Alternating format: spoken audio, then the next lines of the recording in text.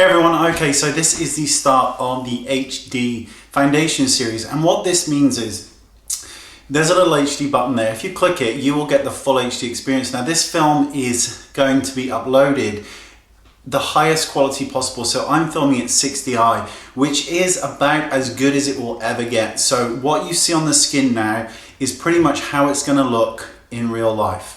So I'm going to use everything that's cohesive. So I'll be using the foundation and the concealer and powder so you can really see how it looks on the skin. And I'm going to be doing this with a whole range of high and low end foundations so you can really get the kind of understanding of what it actually looks like on the skin. So let's get started. I'm moisturizing the skin first, and I will be using throughout all of these tutorials the same sponge, which will be the Beauty Blender sponge, so that there's no variations. You know, one day I use a brush, the next day I use something else, so you can all kind of see. So I like to use moisturizer. I don't really like to use primers. And if you want to know why, you can look in the description box. Okay, so let's make a start. I'm going to be using foundation number 7. Now 8 is too dark for me and 7 is about pretty good. So I've used it on the back of my hand. I'm going to take the Beauty Blender and I'm going to dot it onto the kind of face, and then I'll blend out. And I'm going to cover the entire face with this, not just one side as I normally do. The reason you kind of start in the middle of the face is that you don't get too much product then right at the hairline, because you are kind of blending the product out, as opposed to if you start there, then it's really close to the hairline. The Beauty Blender is a wonderful, wonderful sponge. You're not rubbing it, you're just bouncing it on the skin. And this is a light to medium foundation that's buildable and is non-irritating. It is an amazing foundation, so I'm really interested to see what you guys think of it. I go over the eyelids because they can be a little bit red. Okay, so I'm going to use a concealer now. So I'm using number 3, which is the Charlotte Tilbury Retoucher, and I'm going to use this quite heavily in this sort of area and across here. I'm going to go above my eyebrows because there tends to be redness in this area, and I'm also going to go down the nose slightly and around the nose. Same sponge. I'm just going to blend this in.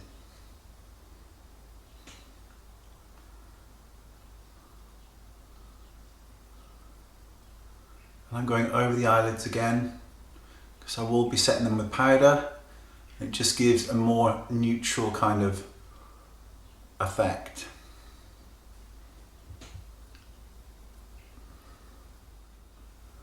I just want to make sure everything is covered.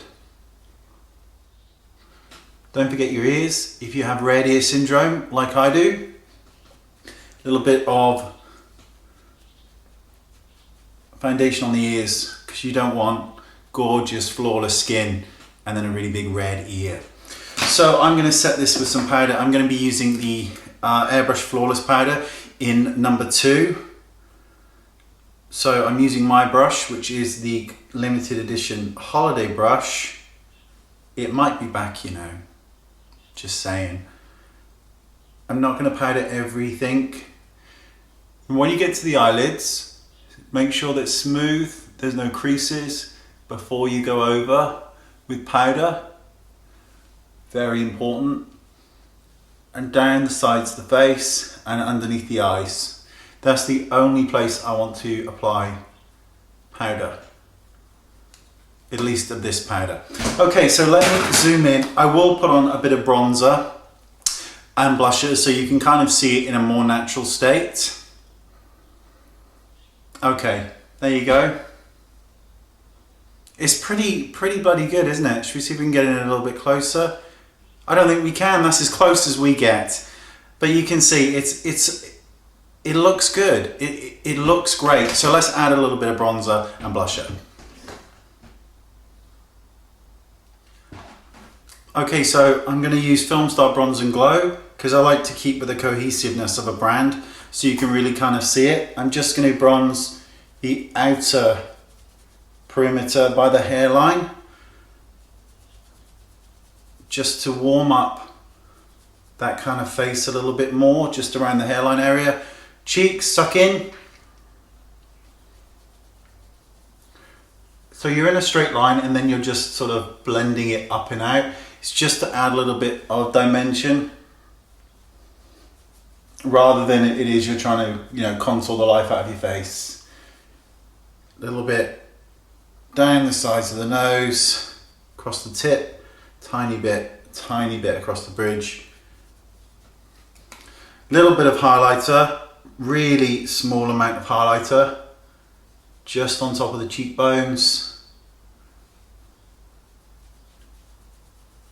Just to pick up a little bit of kind of shine. And lastly, I'm going to finish with First Love because it's just one of my favorite blushes. Going to go and take it in its entirety and then just apply it to the cheeks. Just adds, it's such a subtle, pretty blush. It's the kind of blush that you would reach for with smoky eyes because it's so beautiful. There you go, my darling. So let me zoom in for you again. There we go.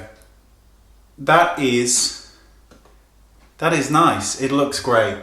I think that it is such a wonderful, wonderful foundation, which is why I'm such a big fan of the collection because it's so comprehensive and edited at the same time, but the products work amazingly well. This is what it looks like in true HD and it looks pretty bloody marvelous. Don't forget to rate and subscribe and all those gorgeous things with the like button. Do that, it makes me very happy, and share, Facebook it, whatever you want because I love it. Hope you like this and you'll be seeing lots more. I've got some great drugstore foundations coming up for you to show you what they look like, as well as some of the high-end ones, MAC Face and Body. Wait till you see what that looks like. All foundations will be included, so if there's a foundation you really want to see what it looks like on the skin, leave it in the comment section below and I will see you all soon, and clickable videos are coming next. Thanks so much, bye bye.